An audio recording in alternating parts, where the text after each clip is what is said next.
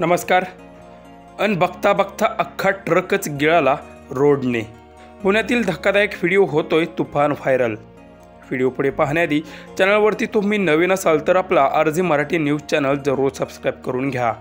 पुण्यातील समाधान चौकात फ्लेवर ब्लॉक फुटून जवळजवळ 40 ते 50 फूट खोल खाली खड्डा पडला.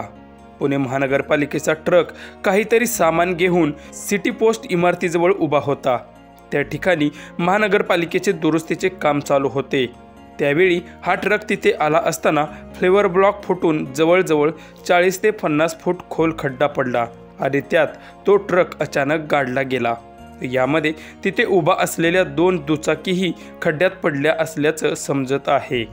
दरम्यान जीवितहानी मात्र तिथे कोणत्याही प्रकारची झाली नाही.